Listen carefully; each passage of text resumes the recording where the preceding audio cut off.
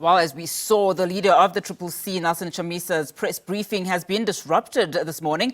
It is not clear who were the people disrupting the briefing. This comes at a time where tension is escalating in Zimbabwe following the elections. For the latest, we are now joined on the line by our correspondent, Ephert Musekiwa. Ephert, thank you so much for your time. Now, Chamisa was supposed to address that media briefing, and of course, we saw that scuffle. Talk to us about what is the latest now. Have they been able to identify the group that came in to disrupt that press briefing? Good afternoon. Unfortunately, we have not had any further updates as to the individuals that stormed that press conference, but it was being addressed by the newly appointed spokesperson for the CCC, Promise Mukwananzi, whom we later understood that immediately after that scuffle at the press conference, police did issue a statement in which they said that they released a warrant of arrest that he has a crime or he has a case that's pending from 2019 for a case that happened in 2020 where he a warrant of arrest that was issued by a magistrate in 2020 for a case that he had been facing in 2019. So really we are probably assuming that it was indeed state agents, as a lot of people had anticipated that they were state agents that were trying to disrupt this rally. Now, of course, we did not see Mr. Chamisa on the podium. Of course, those papers that were grabbed were from the spokesperson of the CCC. Just talk to us about what his sentiments are. Do we know where his whereabouts are? Are there any safety concerns?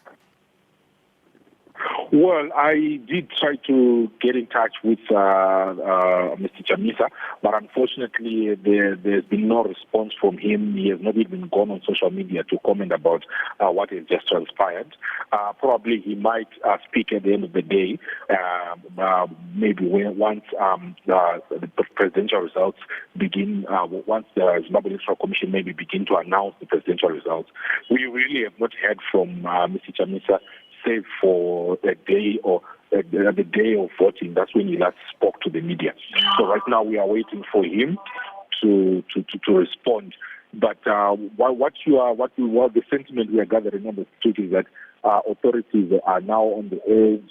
We've seen heightened security around the capital, Harare. Right now I'm at the command center where they are going to announce the election results center. It has really there is a lot of presence of police detail manning this results center. So really the tension is heightening, the situation, the mood, it's now very tense, and we do not know. We will just await to hear once they start announcing the presidential results. But we do understand that it might happen sometime maybe today or early tomorrow morning. But we are not yet clear as to when exactly they're going to start announcing these presidential results. All right, Ephert, you've described the scene, of course, in the country in as far as heightened security is concerned. Just talk to us about the atmosphere in the country currently, in as far as, the people of Zimbabwe, particularly those that have voted. What are they saying as they wait for those results? Well, it's interesting that, like in Harare, where we are, remember they had to vote over a period of 2 days. And we went to some of the people that waited overnight, waiting to cast their ballots. And you could sense the anger. They were saying that we are tired, we want change, and we want to exercise our democratic right to vote. So they waited patiently, but you could see that they were agitated. You could see the anger in them. You could hear the anger in their expressions. Now they have voted. Today is a Saturday. Normally, you would get the central business district, well populated, a lot of people in the streets, a lot of people going about their business. But today it's subdued. There are not a lot of people in the central business district. People came there, their homes, watching the television. They've been following up as the results for the parliamentary elections have been being announced. People have been following up. Now they are waiting for the presidential results. So really, the mood is very difficult to ascertain, but you can sense that it's going to be a tense environment, especially around the city once these elections have been announced. Just once the results of the elections have been announced. Yeah, just talking about that tense environment, how would you describe it, versus what we saw 5 years ago? I mean, we heard, of course, that there were some problems and some issues with voting, which is why it was extended to the next day. Just talking about that environment and the difficulty, do you see a difference when you have to look at what happened and transpired 5 years ago to what you are currently seeing now, particularly as a media trying to navigate this environment? What you do get is a sense that the current prevailing peaceful situation might not entirely or completely be voluntary.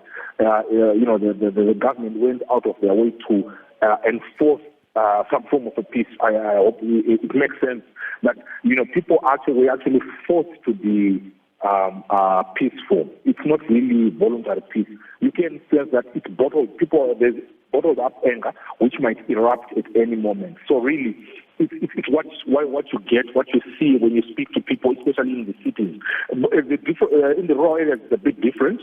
They are comfortable, they are happy, but people within the urban areas are the ones that are agitated, are the ones that actually were also heavily affected by the delays that were caused by the Electoral Commission. So really, it is within the urban areas where we expect some form of reaction once the results have been announced. And if the reactions don't go in the favor of the urban voters, I'm sure we might get to see some form of reaction on the streets.